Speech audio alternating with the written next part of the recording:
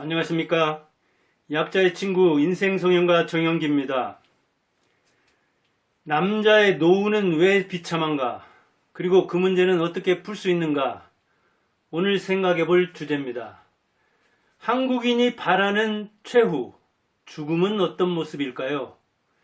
호스피스 의사 박중철이라는 사람이 그걸 조사를 해봤습니다. 박종철이 아닙니다.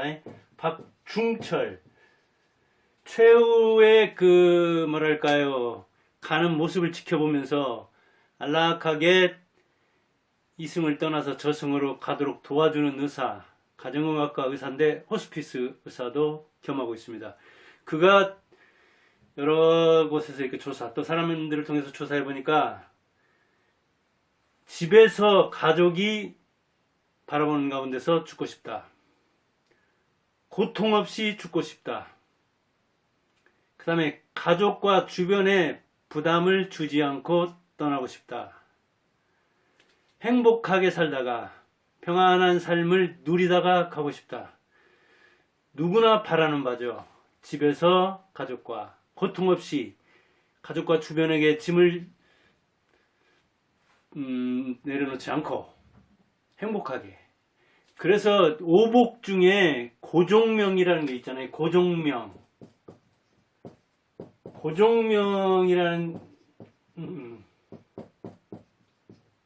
잘 떠나는 걸 말하죠. 세상을 살다가 잘 떠나는 것, 오래 사는 것, 부자로 사는 것, 건강한 것, 덕 있는 것, 그 다음에 고종명, 평안하게 목숨을 마치는 것. 이게 나오는데 우리 일반인들이 바라는 죽음의 모습과 같죠. 그런데 집에서 가족이 지켜보는데 죽는 사람이 실제는 얼마나 될까요? 현실적으로 임종 장소는 한 40년 사이에 크게 변했습니다. 1980년대만 해도, 80년대 초만 해도 85%가 집에서 임종을 했습니다. 병원에서도 돌아가실만 하면 집으로 가서, 우리 아버지도 2003년에 돌아가셨는데 그랬습니다. 이제 할 게 없으니까 집에 데리고 가셔서 집에서 임종하도록. 20년 전인데도 그랬잖아요. 그런데 80년에서 40년 흐른 2020년에는 어땠을까요? 병원이나 요양시설이라든가 시설에서 돌아가신 사람들이 75%. 그러니까 집에서 운명하는 분들은 현저히 줄었다는 이야기죠. 40년 사이에. 그리고 옛날 아파트만 해도 어때요? 그러니까 집에서 돌아가시면 아파트에서 3, 40년 전만 해도 그 차이를 치고 3일상을 치렀죠. 그런데 지금은 장례 지내는 것도 거의 다 시설이죠. 장례식장. 그런데 우리는 집에서 또는 병원에서 돌아가시든 아니면 자신이 바라는 좋은 죽음의 모습이 있는데, 최후의 모습이 있는데 그렇게 바라든 그렇게 바라는 대로 갈 수는 없죠. 태어나는 것은 오히려 내 마음대로 태어날 수는 없지만 태어나는 시간은 대략 알 수가 있죠. 날짜도. 그렇지만 가는 때는 알 수가 없죠. 갈 때는 순서가 없는 겁니다. 태어나는 건 순서가 있어도. 그래서 자기가 바라는 바와 달리 비참하게 생을 마감하는 사람들이 많습니다. 2021년에 사망자가 출생자보다 많습니다. 약 31만이 세상을 떠났습니다. 그런데 그 중에 비참하게 세상을 떠난 사람들은 대개 무연고 사망. 무연고 사망은 말 그대로 연고가 없거나 아니면 연고를 찾을 수 없거나 아니면 연고를 찾아서 그러니까 연고가 없는 사람 또는 연고자를 찾을 수 없거나 그 다음에 연고자를 찾았는데도 연고자가 한 2주 동안 시신을 이렇게 시신을 인수하기를 거부하는 그런 상태를 무연고 사망자 그러는데, 이제 물론 고독사하고 겹치는 측면도 있겠죠. 작년에 3,488명으로서 사망자의 1%가 넘었습니다. 그런데 문제는 이 무연고 사망자의 남녀 비율입니다. 남자가 여자보다 훨씬 많습니다. 남자가 여자보다 3.5배나 많습니다. 그런데 50대와 60대 경우에서는 남자가 여자보다 무려 8.9배나 많습니다. 그러니까 많이 사망하는 연령대인 50대, 60대에는 남자가 여자보다 무연고 사망자의 8.9배나 돼요. 물론 70대 이상 가면은 조금 차이가 줄어듭니다. 꽤 차이가 줄어드는데 이렇게 5, 60대 지금으로 말하면 뭐 건장할 때잖아요. 그때 무연고 사망하는 사람들은 남자가 여자보다 훨씬 많다. 왜 그럴까? 한번 생각해 보세요, 여러분들. 그 다음에 고독사자는 무연고 사망자보다는 조금 적은데 말 그대로 누구도 지켜보지 않는 상태에서 혼자 있는 상태에서 죽는 겁니다. 질병으로든 먼저 죽는 형태는 많죠. 3,378명이 작년에 고독사를 해서 이 고독사보다 무연고 사망자가 더 많았습니다. 여기에서는 남자가 여자의 5.3배입니다. 고독사 하는 사람의 비율에서도 남자가 여자를 훨씬 초월합니다. 그리고 자살하는 사람들은 노인자살, 대개 60대 이상 이렇게 노인자살 그러는데 남자가 여자보다 3.2배. 다 남자가 훨씬 많죠. 그런데 실제로 60세 이상의 인구에서는 여자가 많아요. 남자보다 약 15% 정도 여자가 남자보다도 많은데 이걸 감안하면 그러니까 무연고 사망자나 고독 사망자나 자살자가 남자가 여자보다 훨씬 많다는 얘기죠. 노인자살 3.2배지만 여자 나이를 고려한다면 이것도 한 4배, 나머지는 뭐 한 6배, 무연고 사망도 4배 이상. 그리고 이 차이가 지금 뭐랄까요, 줄어들지가 않아요. 이 차이가 오히려 더 커져요. 남녀 차이가. 이게 왜 그럴까요? 이게 옛날에는 무연고 사망자나 이 고독사 하더라도 장례를 아주 후하게 지내지 않으면 그 전에 이 문집 같은 데서 보면은 그 자기 큰아버지나 작은아버지가 멀리서 돌아가셨는데 멀리 돌아가셨더라도 선산에 모시하니까 이 상역군들을 몇십 명, 근데 자기가 부자도 아니에요. 땅을 팔아서라도 그렇게 큰아버지 작은아버지 장례를 제대로 치르지 않으면 뼈대 있는 집안에서 명문 벌족이 아니라 하더라도 과거라도 보려면은 그렇게 장례를 치르지 않고는 한마디로 사람 행세를 못하는 거예요. 누구누구는 얼마나 싸가지가 없길래 자기 작은아버지가 돌아가셨는데 큰아버지가 돌아가셨는데 장례도 안 치러줬더라. 멀리 있다고 해서 그냥 그 근처에 묻었더라 하면은 그 소문이 나면 지금 뭐 아주 큰 스캔들에 의해서 소문이 나면 정치 생명이 끊기듯이 범죄해가지고 진짜 감옥에 들어가야 정치 생명이 끊기잖아요. 그런 다음에도 뭐 재기하려고 하는 사람이 있는데 그전에는 그렇게 사람 행세를 못한 거예요. 양반 행세는 말할 것도 없고요. 그만큼 조선시대에는 이 장례가 매우 큰 의례였죠. 근데 지금이야 부모 형제도 시신 인수를 안 해가지고 무연고 사망자로 처리되는 수가 있습니다. 지금은 참 조선시대하고 달라도 너무 다른 거죠. 그런데 남녀 차이가 왜 이렇게 날까? 비참한 삶을 사는 사람들의, 비참하게 삶을 마감하는 사람들의 남녀 차이가 왜 이렇게 클까에 대해서 뭐 여러 가지 이야기를 하죠. 이제 가족이 붕괴됐다. 가족이 해체됐다. 그리고 효도 개념이라는 게 없고 장례라는 것도 그냥 이 통과 의례로서 세상을 떠나는 하나의 의식이라 이게 이제 죽는 장소도 범속화되고 죽음이라는 것도 이렇게 법례화됐달까 일반화돼 가지고 우리가 크게 느끼지 않는, 그리고 죽음이라는 것을 우리는 집에서 안 죽고 객사하는 것에 대해서 이번 이태원 참사에서도 볼 수 있듯이 어마어마하게 큰 어떤 흉사로 봤는데 지금은 그런 사망사도 많고 이렇게 죽음이 일상화되면서 또 매체를 통해서 죽음이 자살 같은 것도 아주 자세하게 보도되고 이렇게 되면서 죽음의 의미가 줄어들고 아까도 얘기했듯이 조선시대와는 장례가 크게 지금 간소화되고 이렇게 그냥 하나의 의식으로 축소가 돼가지고 거기에 대해서 큰 의미를 부여하지 않는다. 그것도 말이 될 수는 있죠. 그런데 그것이 남녀 차이를 구분한다든가 이렇게 무연고 사망자가 늘어나고 고독사가 늘어나고 이런 거에 대해서 해명할 수는 없는 거죠. 그렇다면 남자한테 원인을 한번 찾아봐야 됩니다. 여자한테도 찾아봐야 할 필요가 있지만 여자는 왜 이렇게 쪽방촌에 사는 사람도 거의 없고 고독사나 자살하는 사람이나 무연고 사망하는 사람이 적을까? 남자한테 한번 원인을 찾아보고 남자들이 한번 돌아볼 필요가 있어요, 자신을. 그런데 남자들 알고 보면 참 대단하죠. 포유류 중에 수컷이 처자를 부양하는 경우는 남자가 거의 유일하다고 합니다. 걔가 수컷이 먹여 살리던가요? 전적으로 자식 부양은 암컷 목이죠. 나머지들도 거의 그럽니다. 새라든가 이런 것 중에서 인꼬부부처럼 사는 건 있다고는 하지만 부양할 때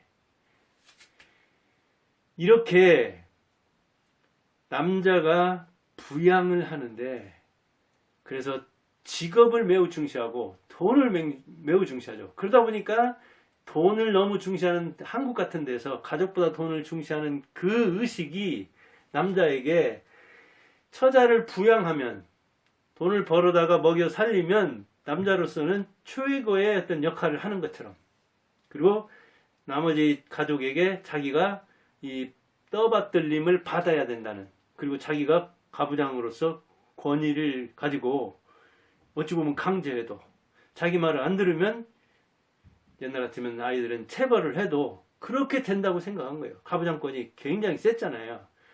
그래서 그러한 어떤 책임감도 있으면서 그 다음에 권위도 누리니까 그 사막의 열사에 가서 떨어져서 찌는 더위에서 일을 하고 바다 이름도 모르고 그 옆에 있는 섬 이름도 모르지만 그 원양어선을 타고 거기서 목숨을 불사하고 원양어선에서 참치를 잡고 삼치를 잡고 그랬던 거죠. 그러다가 사고 나면 진짜 그 근처에 이렇게 해서 시신을 이렇게 그 비행기로 우리나라를 모셔오는 게 거의 불가능해가지고 그게 몇십 년 만에 한번 되고 뭐 그랬었잖아요. 그러니까 그 유복자가 나와서 유복녀가 나와서 그 아버지 그 유고를 붙들고 울고불고 한 것도 있고 그랬잖아요. 이렇게 자기 그 자녀 처자를 부양하는데 목숨을 걸었기 때문에 직업을 너무 중시하고 금전을 너무 중시하다 보니까 가족에 대해서는 자기가 그 임무를 다하는 것, 책임을 다하는 것 자체가 가족에 대해서 잘하는 걸로 더 이상 뭘 해주냐. 내가 목숨 걸고 이렇게 돈 벌어서 이 돈을 갖다 줬는데 더 이상 뭘 할 필요가 있느냐 하면서 오히려 이 가족과 금전이 주객이 전도가 되는 가족보다도 돈을 더 응시하는 자기로서는 내가 가족을 사랑하니까 금전을 벌어서 가족한테 그 위험을 불사하고 돈 벌어서 다 주지 이렇게 말은 하지만 그래도 그 말을 알아듣기까지는 나이를 먹어야 되고 철이 들어야 되는 거지. 그게 어릴 때 그렇게 하면서 자녀의 마음을 보려고 노력하지 않고 자녀의 정을 이렇게 살려고 노력하지 않은 게 자녀들에게는 굉장히 왜냐면 자녀들이 그런 걸 알 게 뭐가 있어요. 철이 없는데 저도 20살, 30, 40대 아버지 돌아가셨는데 돌아가신 다음에 이 알아듣는 말이 많더라고요. 그 다음에 또 돈 버느라고 마음을 안 버는 정도가 아니라 아예 마음을 싹 달아나게 하는 경우들도 있고 그렇죠. 왜냐면 막 강요하고 뭐 직업에 대해서도 강요하고 공부하라고 강요하고 말 안 듣는다고 때리고 그럼 오죽하면 그전 그 조승희 사건이 있었잖아요. 오래된 사건이죠. 이동포 재미동포 2세가 무려 미국 사람들을 32명이나 사살했잖아요. 근데 고등학교 때 보니까 친구가 오늘 그 수첩인가 이렇게 봐가니까 사살할 사람 명단 쭉 써놨는데 1번이 누구였을까요? 아버지였대요. 아버지. 근데 아버지를 정작 살해하진 않았죠. 왜 이렇게 아버지에 대해서 적개심을 가지고 있었을까요? 살기를 느끼고 있었을까요? 그만큼 미국에 가가지고 뭐 채소점이다 세탁소 하면서 자녀를 키우려고 했는데 그게 너무 자기 주관이 뚜렷하고 자녀의 성격이라든가 기질이라든가 자녀가 지금 누구하고 사귀는가 어디로 나가고 싶어 하는가 무엇을 좋아하고 무엇을 싫어하는가 하는 것은 아예 딱 귀 막고 눈 막고 코 막고 나만 따르라. 나를 따르면 너는 성공한다. 내가 이걸 못했는데 너는 해야 된다. 나는 비록 이렇게 살지만 너는 그렇게 살면 안 된다. 이렇게 하면서 강요하고 또 강요하니까 아버지에 대해서 마음을 사는 정도가 아니라 최고 증오하는 사람이 된 거죠. 그러니까 돈 버느라고 마음을 못 사는 정도가 아니라 마음을 완전히 깔아뭉개 버렸을 때 증오를 불태우는 거죠. 그리고 이혼할 때도 어떻습니까? 양육하는 사람들이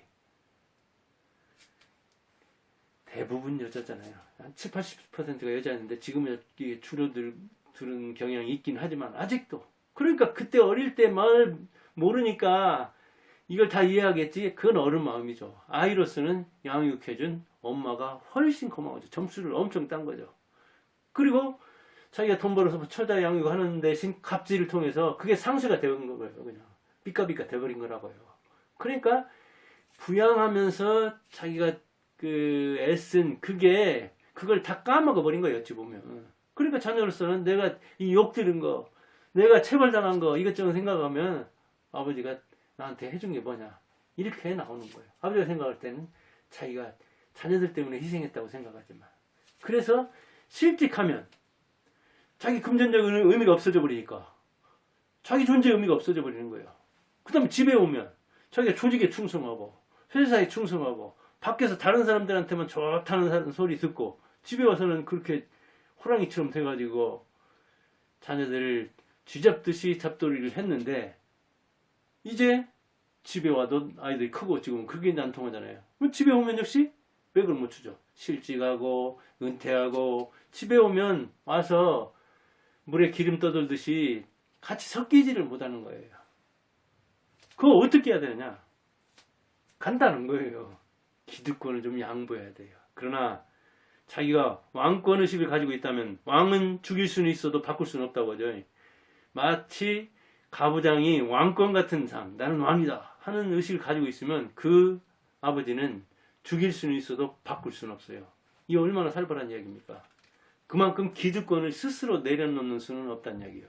그런데 그만큼 기득권을 스스로 내려놓으면 깜짝 놀라죠. 부인도 자녀도. 왜?